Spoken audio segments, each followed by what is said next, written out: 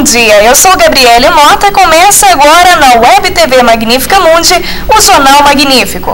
Bom dia, eu sou Daniele Ojeda e a partir de agora você confere as principais notícias da Universidade Federal de Goiás, UFG, de Goiânia, do Brasil e do mundo. Confira agora as principais manchetes do dia. Hoje é a 8ª Jornada Goiana de Nutrição. Votação do caso Renan Calheiro vai ser aberta. Elefante ex-viciado em heroína vai voltar à vida selvagem. Começa hoje e vai até amanhã a 8ª Jornada Goiana de Nutrição, com o tema Nutra sua fome de informações. A gente é o que a gente come. Também faz parte do evento o 7º Seminário da Faculdade de Nutrição da UFG e a 2ª Jornada de Nutrição Hospitalar do Hospital de Doenças Tropicais, o HDT. A programação da jornada pode ser conferida pelo site www.fanut.ufg.br. Estão previstas discussões sobre temas relevantes, mesas redondas e conferências. As inscrições podem ser feitas na Faculdade de Nutrição da UFG ou no HDT. O valor é de R$ 40 para estudantes e R$ 60 para os profissionais da área, médicos e nutricionistas. A informação foi tirada do site da UFG. A exposição centenária de Colemar Natal e Silva, a saga de um fundador, 1907 a 2007, que começou no último dia 23, tem como objetivo mostrar a vida e obra do fundador da UFG e ocorre na Casa Cultural da Justiça Federal, na Rua 20, no centro de Goiânia. A mostra lembra os 100 anos do Colemar, reúne fotografias, quadros, livros e documentos móveis e outras peças que reconstituem a presença marcante do Colemar na área da cultura, do ensino superior e no direito e na literatura em Goiás. A mostra foi promovida pela UFG em parceria com outras instituições. Reuniu solenidades como o reitor da UFG, Edivardo Madureira Brasil, da filha do Colemar e Moema Castro e Silva. Moema lançou o livro centenário de Colemar Natal e Silva, 1907-2007, e o reitor comentou sobre a importância de se manter viva a memória de feitos históricos empreendidos pelo fundador. O UFG oferece vagas de graduação e pós-graduação à distância. O prazo para as inscrições no curso de licenciatura em Artes Visuais, Física e Especialização em Metodologia de Ensino encerra-se hoje. O candidato interessado deve procurar o site da UFG. A iniciativa beneficiará 15 municípios do interior e constitui polos de ensino da Universidade Aberta no Brasil. Os cursos são organizados pelo Centro Integrado de Aprendizagem em Rede e vão contar com aulas presenciais e outros recursos de comunicação, como internet e telefone. As aulas presenciais serão realizadas em finais de semana por professores tutores. Ainda ocorrerão atividades e avaliações previamente programadas. A fonte é o site da UFG. Drama de falta de água afeta 11 cidades goianas. Levantamento divulgado ontem pela Saneago indica que 11 municípios goianos já sofrem a falta de água em razão da estiagem prolongada. Em 3 cidades, Turvelândia, Davinópolis e Santa Fé de Goiás, as torneiras secas retratam uma dramática realidade para os moradores. Estão sob ameaça de suspensão do serviço mais 8 municípios: Anápolis, Goiatuba, Morrinhos, Pirinópolis, Planaltina de Goiás, Rio Verde, São Luís de Montes Belos e Valparaíso. O superintendente de serviços do interior da Saneago, Eli Baeta, tomou como medidas a perfuração de outros poços, alternância no abastecimento em regiões dessas cidades e a principal medida, evitar o desperdício de água. Reajuste salarial. Emenda que previa aumento de 11,35% para servidores municipais foi rejeitada pela Câmara dos Vereadores. A maioria dos vereadores acabou aprovando o reajuste sugerido pelo passo municipal de 3,13%. O líder governista da Câmara, o vereador Bruno Peixoto, defendeu o reajuste proposto pelo prefeito Iris Rezende. Como no passo municipal, o vereador alegou que o reajuste foi de acordo com a inflação acumulada e disse que aumento maior era inviável devido à lei de responsabilidade fiscal. A fonte é o O Popular. O projeto Grande Hotel Revive o Choro, realizado sempre nos fins de tarde de sexta-feira, apresenta hoje o músico Paulo Amazonas. Paulo Amazonas divide seu show em duas partes. Primeiro canta músicas próprias e em seguida interpreta grandes nomes da MPB, como Noel Rosa e Tom Jobim. O projeto ocorre hoje, às 6h30, no Grande Hotel, na Avenida Goiás, esquina com a Rua 3, Centro. A entrada é franca, e a fonte é o popular. Kid Vinil é destaque em festival de rock independente. Veterano volta a Goiânia agora com sua banda. Hoje e amanhã, no Martins Sererê, ocorre a 6ª edição do festival Vaca Amarela. As principais atrações são Kid Vinil e Magazine Vanguard e Bideobaldi. O ingresso é R$20 e pode ser comprado no local. Os shows estão previstos para começar às 5 horas. E agora notícias de esporte. O Goiás perde pela 9ª vez fora de casa. O Juventude derrotou na última quarta-feira o Goiás por 2-0 no Campeonato Brasileiro em Caxias do Sul. Os goianos sofrem a 9ª derrota fora de casa em 12 jogos.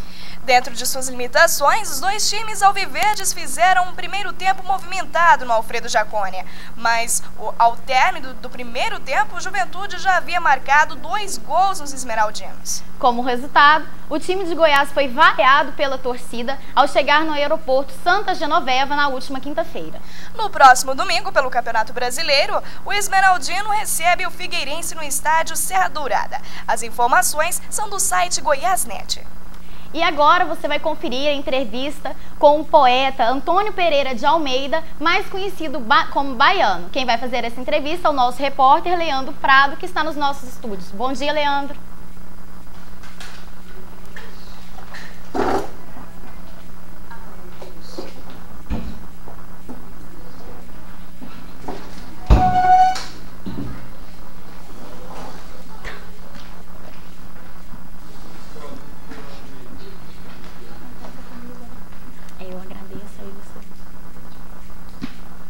Bom dia! Começa agora o bloco magnífico de entrevistas. E o programa de hoje nós vamos falar sobre a poesia. Em algum momento da vida, todos nós já nos deparamos com poesias, seja nos livros, nas escolas, ou até riscando alguns versinhos. A poesia, que é ligada a ritmos e harmonias, aos sons, encanta, cativa e está ligada à sensibilidade e à imaginação dos homens. Em diferentes épocas, a poesia costuma abordar diversos assuntos, como o amor, a natureza, a religião, a política. E a poesia que também encanta, que também sensibiliza, também pode chocar, irritar, intrigar. E para falar desse e de outros assuntos, nós convidamos aqui ao palco hoje o Antônio Pereira de Almeida, o poeta conhecido como Baiano. Bom dia, Baiano. Bom dia. Eu queria que você começasse aqui a entrevista hoje já recitando um poema seu para o público, para os internautas. Asas cortadas. O bico afiado feriu minha carne. Meu próprio bico, em compassos de segundo, feriu minha carne. De mim lentamente saiu cada pena. A liberdade, a alegria, de mim saíram até o canto. Restou-me a lembrança do longínquo e melancólica canção do macho sabiá solitário. Cantava a ausência do amor, da amada, lembrava o tempo das penas, das cores vivas contrastantes, do maravilhoso aspecto de um tempo de festas e de flores, de vida e paixão. As palavras em canto transformadas decretaram minha prisão.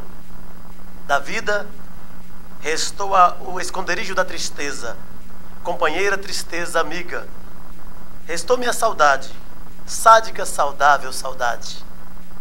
De voar o espaço presunçoso, ficou a triste prisão sem grades, cenário de mutilação das vidas, asas cortadas de voos.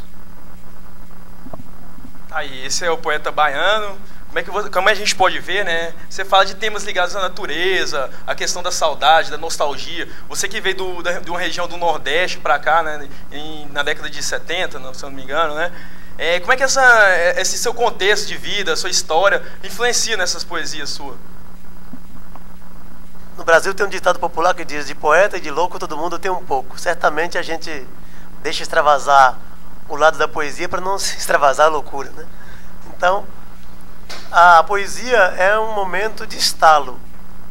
Todo mundo tem direito e sabe fazer poesia. Só que poucos têm coragem de extravasar o que está dentro do peito. Às vezes você tem sentimentos e acha que o seu sentimento não pode ser conhecido. Então o poeta, ele não tem grades. Ele procura expressar o que angustia, seja em versos, prosas, crônicas. O que interessa é poder dar vazão ao sentimento. Então a poesia é uma expressão da alma. E todo mundo que sonha também poetiza, escreve, canta. E é isso, a poesia não é a liberdade em si. Você acha que essa capacidade de criação das pessoas hoje em dia, porque parece que a poesia parece que está perdendo o mercado, né? Principalmente com esse mundo que a gente vive hoje globalizado, das grandes mídias, produção massiva das coisas. Você acha que a capacidade de expressão das pessoas, nesse sentido de mostrar o que a sua imaginação dá asas a isso, está perdendo um pouco hoje, nesse universo que a gente vive hoje em dia? A sociedade urbanizada e globalizada, ela tenta massificar as pessoas. As pessoas são enquadradas e a maioria delas tem um olhar apenas para a mídia e esquece que dentro de você mesmo tem uma riqueza que pode ser explorada. E quanto mais apegado à televisão, apegado à internet, que é um veículo interessante, mas ela perde o poder de criação. Se vocês podem perceber que a maioria dos jovens, até mesmo para fazer um trabalho escolar, ele não explora o seu conhecimento. Ele procura alguma coisa pronta na internet e apenas dá um retoque. E então, o poder de criação no mundo da mídia, onde a comunicação ganha grandes transtornos, está sendo destruído o poder de criação. Então, poetizar é criar. Você cria do nada. Então, quando você está querendo a coisa pronta, então você perde o poder de criação. É preciso, então, recuperar o espaço da criação, do teatro, da música, da poesia. E quanto mais pessoas com capacidade de pensar, mais poesia vai acontecer. E, infelizmente, há uma preguiça mental, social, né, de pensar. É preciso pensar. E quando você pensa, você sonha. E quando você sonha, você cria, você angustia. Você que é um criador, usa muito da linguagem popular, de temáticas ligadas ao povo, assim e tal. Como é que pode se dar essa manifestação, essa resistência, essa forma essa dificuldade que as pessoas têm de criar? Como é que pode haver uma resistência assim da cultura popular em si mesmo, assim? Você trabalha alguma coisa nesse sentido? Um programa de incentivo à imaginação às crianças, assim? A gente de vez em quando faz oficina de poesia nas escolas. Às vezes as pessoas dizem assim, olha, eu não sei escrever um verso. E quando você junta uma turma para fazer oficina de poesia, você percebe que todo mundo sabe fazer verso. Todo mundo sabe poetizar. Então, assim, nas escolas é um espaço privilegiado pegar crianças a partir do 5º ano, né, que já começa a ter a noção de versos, da escrita um pouco mais trabalhada. Então você pode trabalhar também oficinas de poesia. E vai perceber que essas crianças têm uma imaginação muito fértil. Se você, por exemplo, conta uma história e faz as pessoas imaginar aquela história, ela já consegue reproduzir dezenas de novas histórias a partir daquilo que você contou. Você pode fazer esse exercício, seja com crianças, com adolescentes, com jovens, com pessoas idosas também. Elas também têm capacidade de sonhar. Então, é uma necessidade hoje de resgatar a poesia como uma resistência. A música também, ela é um espaço de resistência. E, infelizmente, está havendo um empobrecimento musical. Claro que o rap ainda é um movimento de resistência que trabalha uma temática social, faz protesto, faz denúncia, mas se a gente for observar o que o povo está cantando, o que o povo está dançando, há uma pobreza musical muito grande. Porque há também falta de poesia. A música, não existe música sem poesia. É um casamento necessário. Você acha que mais importante que a estética, a partir dessas bases que você está falando, o conteúdo da poesia, da arte em si é importante? Existe uma preocupação assim, social, política nas suas poesias?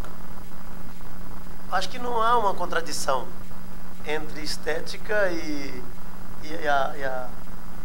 esse conteúdo, né? Porque às vezes o que determina uma música, se ela é boa, se ela, do ponto de vista do gosto popular, é a questão de ritmo e de momento. Você pode ter um ritmo alucinante, uma ocasião que propicia esse ritmo. Você pode ter um ritmo mais lento, mais da ruralidade, de acordo com o ambiente que você está. Então não há, no meu conceito, uma música ruim e uma música boa. Existe a música para um momento X e momento Y. Por exemplo, você hoje muito dance, existe muito dance. Então, aquele espaço da noite, o pessoal quer dance.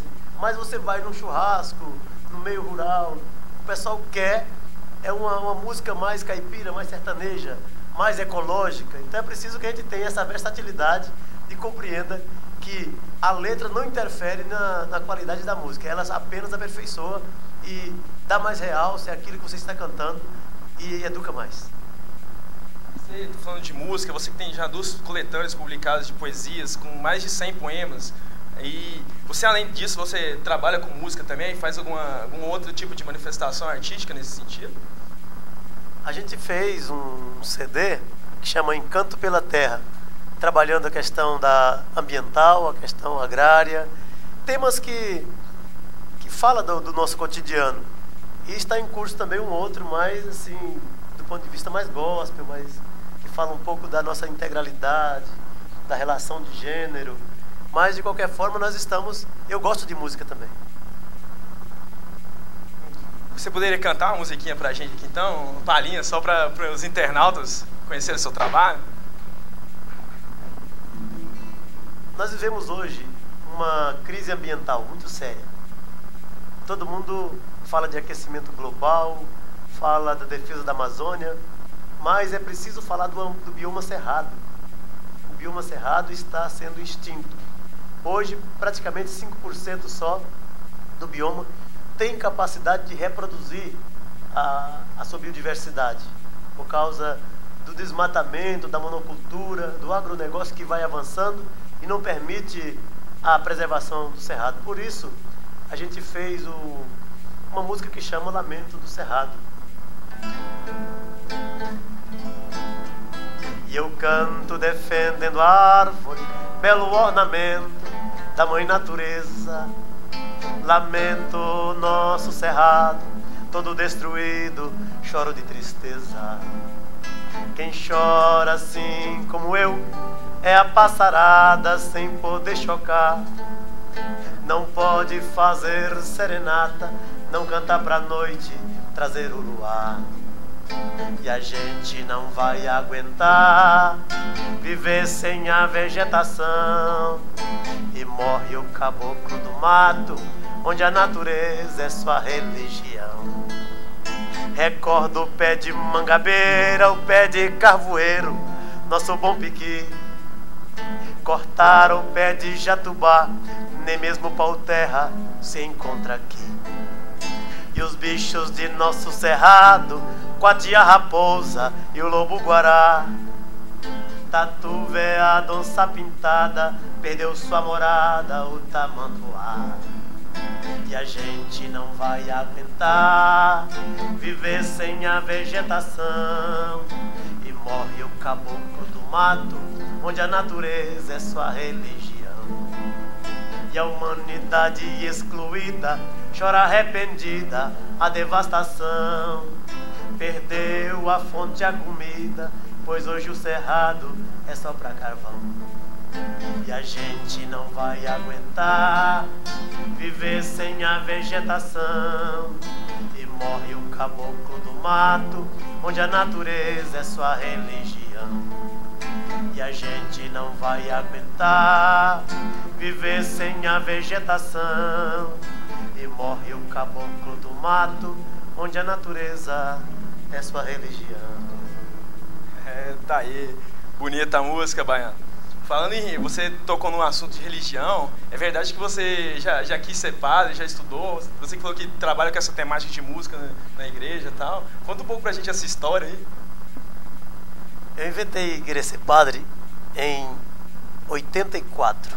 Fiquei 3 anos no seminário diocesano em Pameri, fazendo filosofia e teologia. Para mim foi uma experiência maravilhosa. Um dos grandes problemas é que você tem que ter um compromisso chamado de obediência. E eu sou uma pessoa irreverente. Esse negócio de obedecer alguém por obedecer, eu acho que ele é muito complicado. E quando você enquadra numa instituição religiosa, o primeiro ponto é, você promete obediência a seus chefes. E eu acredito que nem meu pai foi uma pessoa assim que me impôs um parâmetro de obediência. Ele sempre dialogava. E a meu ver, os fortes dialogam e se entendem. E não há esse negócio da imposição e da hierarquia. Então eu sou meio rebelde nesse sentido e por isso eu acho que não dei conta de ficar na instituição. Mas sou apaixonado na teologia. Acredito que ela tem uma contribuição muito grande para uma sociedade mais harmônica e com mais paz. Por isso eu me considero místico religioso e faço isso com muita liberdade, com nenhuma amarra. E para mim a religião liberta mais do que escraviza. E você falou de rebeldia, dessa coisa de fugir às regras, assim. Você põe isso na sua poesia também? Ou você acredita que uma poesia tem que seguir os sistemas diversos, de regras, como tal? A poesia não pode ser classificada como a certa e a errada. Drummond escreve, tem o seu estilo de escrever, mas Patativa do Assaré também faz poesia e é reconhecido como poeta do Nordeste. Por isso, a poesia ela não aceita parâmetros, regras, preconceitos. A poesia é você criar do nada e você usar a sua liberdade. Então, é preciso que você tenha, primeiro, clareza de que há necessidade gramatical, há necessidade de concordância e há estilos, né? Você pode escrever rimas, versos, trovas, né? E dentro dessa liberdade, você construir a poesia sem preocupar quem é que vai aprovar ou condenar sua poesia. Eu costumo dizer que ser poeta é criar do nada e tem que fazer. Acho que existe essa coisa mesmo de classificação de importância em relação a uma cultura dita erudita, em relação a uma cultura popular. Existe uma coisa assim na sociedade que tenta inferiorizar a cultura popular, que hoje em dia a gente conhece muito mais Drummond na academia do que um Patativa do Assaré, que tem muito mais a ver com as nossas raízes, né? Assim. Acredito que o erudito, o clássico, ele tem seu espaço, ainda continua tendo seu espaço, mas a sociedade atual ela está muito mais para o popular do que para o erudito. O que a gente pode ver é que o erudito hoje está reservado às minorias, né? Não tem uma grandes público naquilo que é erudito e clássico. Existe uma beleza que você não pode desprezar. Até esses dias mostrou na televisão, um violinista tocando na praça e as pessoas passavam despercebidas por ele. Mas se tivesse um trovador, certamente estaria uma roda de populares ali, aplaudindo e curtindo aquilo ali. Porque o Brasil é popular. Por isso, eu acho que não dá para classificar. É importante perceber que há gostos. E, nesse momento, o que predomina é o popular. E você está falando dessa questão de liderança. Você trabalhou muito tempo em 80, na década de 80, você assumiu a Pastoral da Terra, trabalhou no INCRA também. Você é bem ligado a essa questão da reforma agrária, das terras. Eu gostaria que você comentasse com a gente qual que é a influência que isso tem na sua poesia e como é que você vê a reforma agrária hoje em dia no Brasil? É um tema complexo para 5 minutos, né? Mas vamos ver. Olha, a reforma agrária no Brasil, ela é uma necessidade. Hoje, o estado de Goiás tem pelo menos 2 milhões de pobres que dependem de renda cidadã. Essas pessoas não têm espaço no mercado de trabalho urbano. Elas terão um espaço no meio rural. E nós temos espaço de sobra no meio rural para garantir cidadania a essas pessoas, para garantir segurança alimentar, moradia de qualidade. Então, a reforma agrária é o espaço da inclusão social. Enquanto não houver reforma agrária no Brasil, não pode dizer que vai acabar com o desemprego. Desemprego no meio urbano não está à disposição dos desempregados. Há uma disputa cada vez maior e há também uma saturação desse mercado urbano. Então, sem reforma agrária, com certeza, não haverá cidadania para pelo menos 50% dos brasileiros. A reforma agrária é importante para quem vai para o campo, mas é também importante para quem fica na cidade. porque você vai ter mais qualidade de vida na cidade, menor disputa por emprego, você vai melhorar vai desafogar o transporte, quer dizer, a reforma agrária vai impactar em todos os campos da sociedade. E os países modernos fizeram a reforma agrária, e se o Brasil quiser ser moderno, vai ter que enfrentar isso. Apesar de que o Brasil foi gestado no latifúndio, ainda persiste uma ideologia do latifúndio, e as pessoas ainda acreditam que reforma agrária seria penalizar o latifúndio. Mas sem penalizar o latifúndio não haverá democracia plena nesse país. Essa questão do latifúndio ainda aumenta mais a questão dos conflitos pela luta da terra, né? Segundo dados recentes da Pastoral da Terra, inclusive onde você trabalha lá, já trabalhou, fala que essa violência do ano de 2006 para cá tem aumentado. O que se dá essa questão da violência na terra, essa disputa? Por que ele se mantém? Não há uma tentativa de melhorar esse quadro tão complicado? Será que falta alguma liderança assim, para tentar negociar entre as partes conflitantes, como o Chico Mendes na década de 70, 80? Quanto mais a sociedade toma consciência da sua necessidade de lutar, mais conflito haverá. E o Brasil está passando por um momento muito rico da busca da cidadania, da democracia direta. Então, o povo se mobiliza mais, o povo busca mais acampamentos, se organiza em defesa da reforma agrária. Quanto mais gente organizada, haverá mais conflitos, porque o capital não permite que as classes subalternas se levantem contra ele. Então, toda vez que houver organização, haverá sempre alguém conflitando. Claro que lideranças históricas, e como foram Chico Mendes, Margarida Alves, nativo da Natividade aqui em Goiás, Padre Josimo Tavares no Tocantins, e tantos outros, haverá também novas lideranças que vão surgindo conduzir esses processos. E hoje, principalmente, está surgindo muitas lideranças mulheres no setor rural. E eu acredito que isso, aí está, a Marcha da Margarida reuniu mais de 30 mil mulheres em Brasília na semana passada. E isso é um momento rico, porque as mulheres também estão se tornando sujeitos de sua própria história.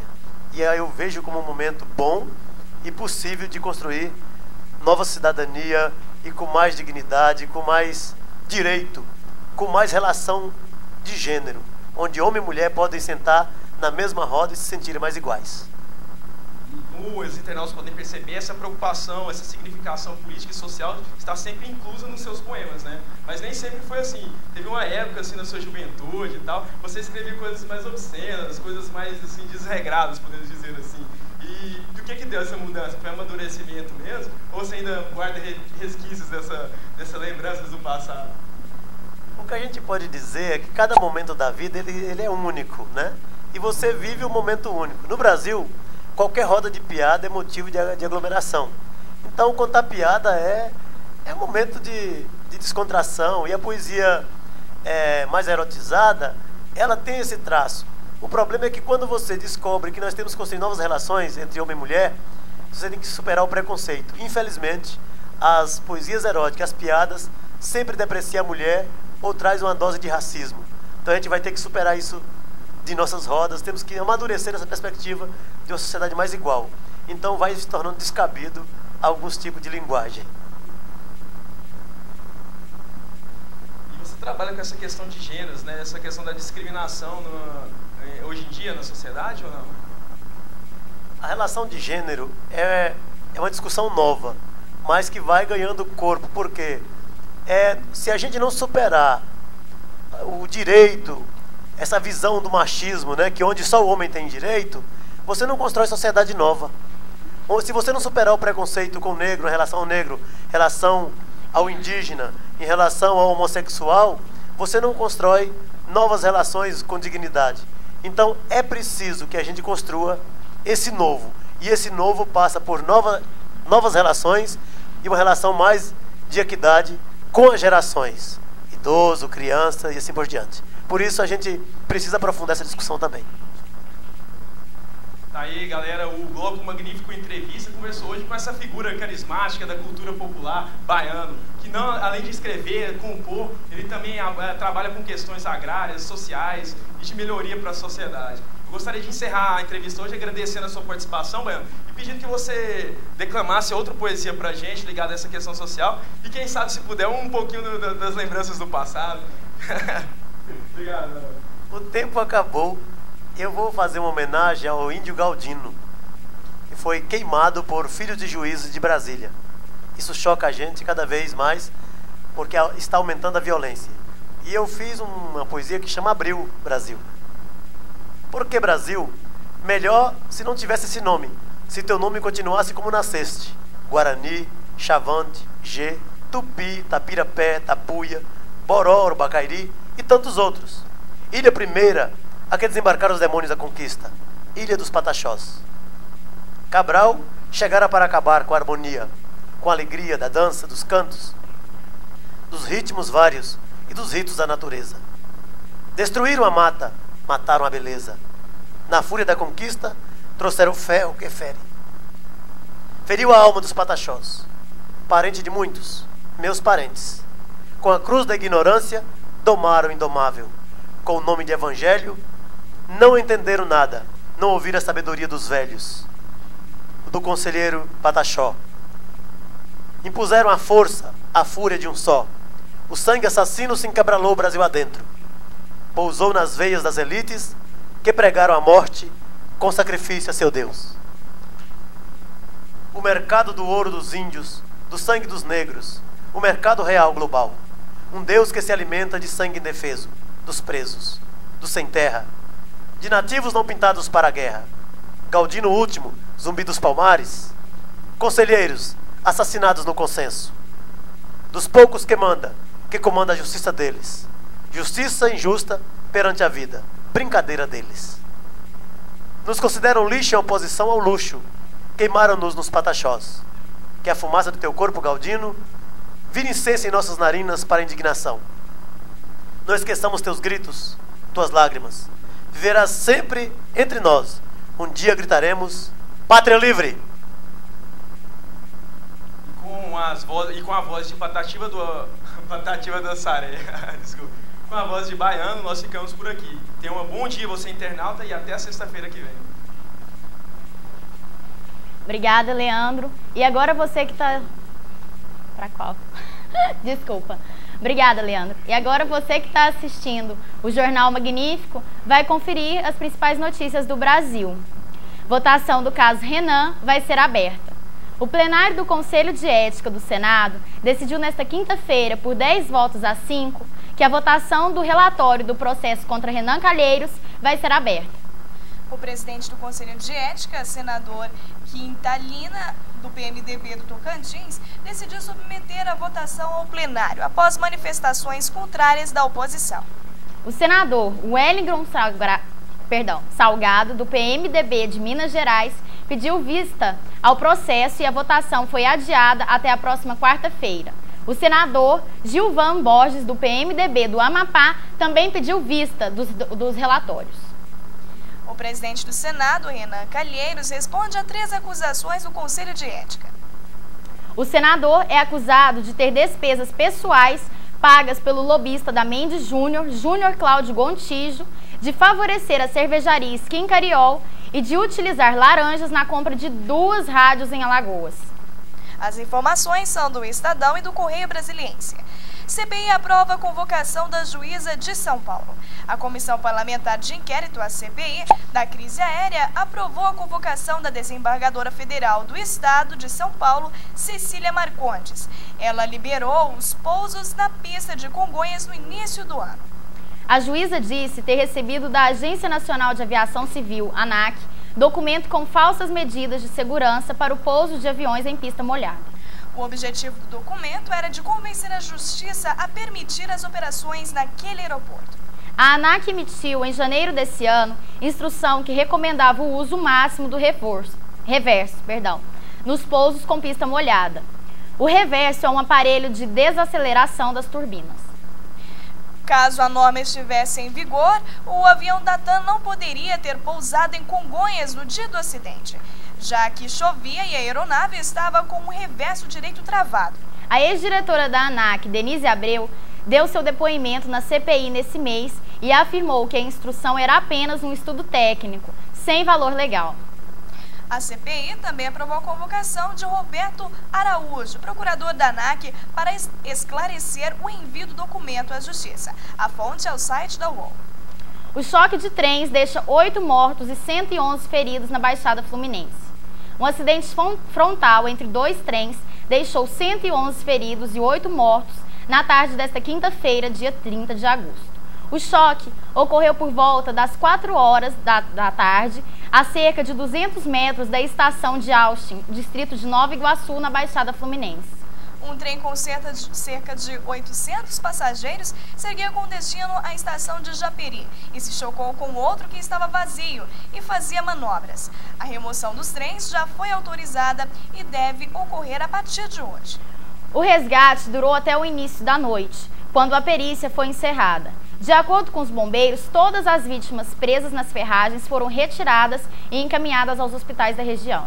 Os motivos do acidente ainda são desconhecidos. Para o sindicato, faltou manutenção na linha. A polícia ainda está investigando para identificar se houve falha mecânica ou mesmo falha humana. As causas do acidente devem ser conhecidas no prazo de 10 dias. As informações são do site da UOL. E agora notícias do esporte. A Argentina é o adversário do Brasil na semifinal do pré-olímpico de basquete masculino. A equipe que vencer o jogo vai assegurar uma vaga nos Jogos Olímpicos de Pequim 2008. Além da tradicional rivalidade, o jogo vai ser uma revanche, já que a Argentina venceu o Brasil na segunda fase da competição. A seleção brasileira garantiu o 3º lugar na classificação geral ao vencer o Uruguai na quarta-feira. Já a equipe argentina ficou em segundo, ao perder para os Estados Unidos nesta madrugada. Os 2 finalistas têm vagas garantidas para Pequim 2008. O 3º e 4º e 5º lugares garantem vaga para o pré-olímpico mundial da Federação Internacional de Basquete no Mundial. As equipes têm a última chance de tentar uma vaga para os Jogos Olímpicos. Agora, notícias internacionais. Um elefante viciado em heroína vai voltar à vida selvagem. Em Pequim, um elefante ex-viciado em drogas, que era alimentado com bananas cheias de heroína, ele voltou a ser alimentado. Ele vai retornar à vida selvagem após ser curado de seu vício por meio de metadona e contínuo tratamento de seus tratadores. O grande irmão, o elefante, que uma vez viveu pacificamente com seu bando perto da fronteira da China com Mianmar, na província de Yunnan, foi capturado por tratadores em 2005 e formou o China dele na última quinta-feira. O grande irmão, que fazia movimentos bruscos e babava, teve de ser transportado para um parque especial na ilha da província vizinha de Hainan para tratamento, já que uma suspensão imediata da droga seria uma verdadeira tortura para o animal. A fonte é o site da UOL. Incêndios na Grécia causam prejuízos de aproximadamente 1,6 bilhões de dólares. Segundo o governo grego, os incêndios já causaram prejuízo de cerca de 1 bilhão e 600 milhões de dólares, mais de 3 bilhões de reais. Depois de ser diagnosticado com dependência de heroína...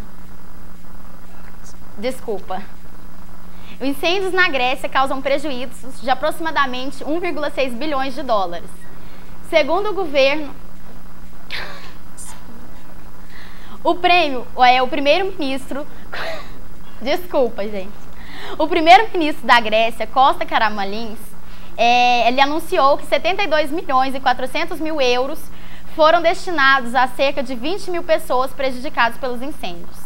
Cada pessoa afetada pode receber uma ajuda de 3 mil euros, em torno de 8 mil reais. Para isso, basta preencher o formulário e apresentar alguns documentos. O governo grego informou que procurará o Fundo de Emergência da União Europeia e que, inicialmente, os cerca de 4 mil desabrigados irão ficar em casas pré-fabricadas. A fonte é o site da Folha Online.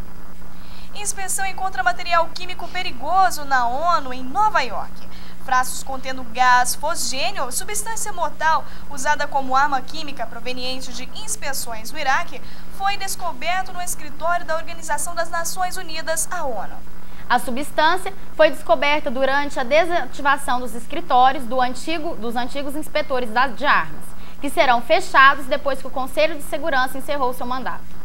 Os agentes químicos haviam sido armazenados por engano na década de 90, perto da sede central da ONU, nas dependências da Comissão para a Inspeção, Vigilância e também Verificação do Desarmamento no Iraque.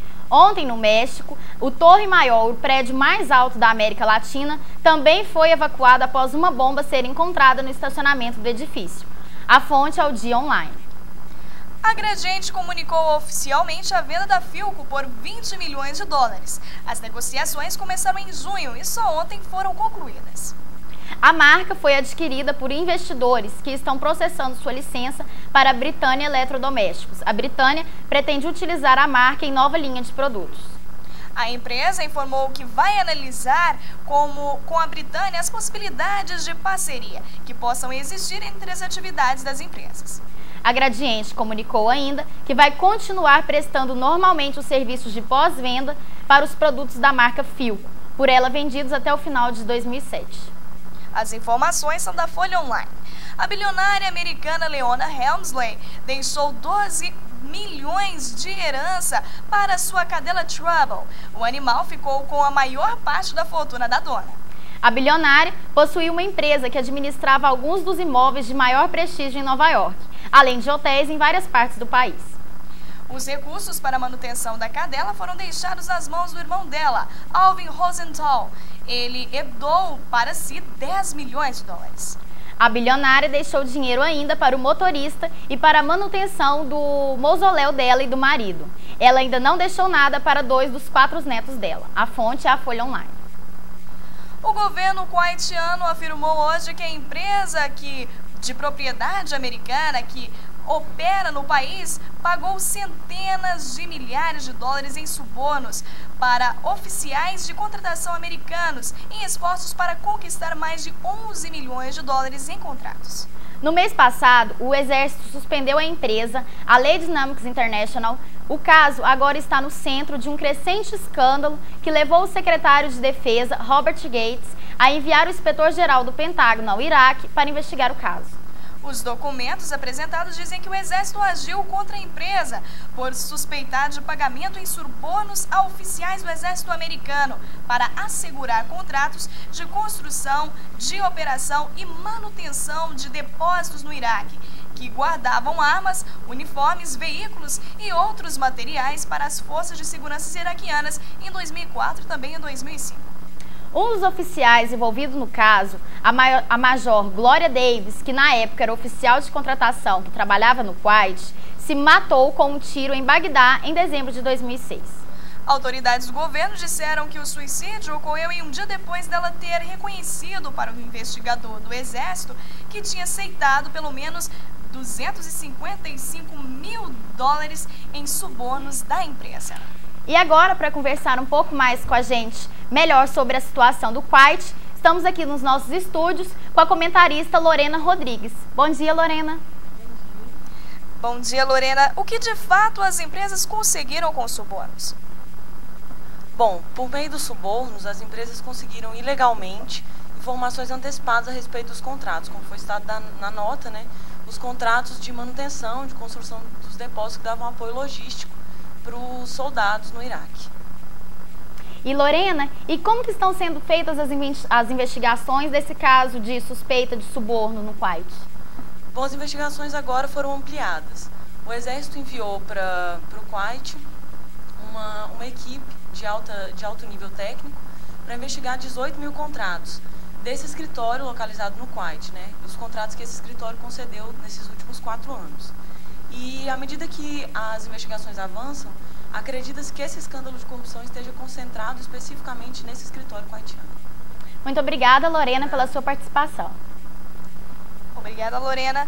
Você assistiu o Web Jornal Magnífico e conferiu as principais informações do dia. Um bom dia para você. O Web Jornal Magnífico é uma produção dos estudantes de jornalismo da Universidade Federal de Goiás, sob a coordenação da professora Riva Kran. A apresentação foi minha, Daniele Ojeda, e de Gabriele Mota. Tenha um bom dia e até a próxima edição.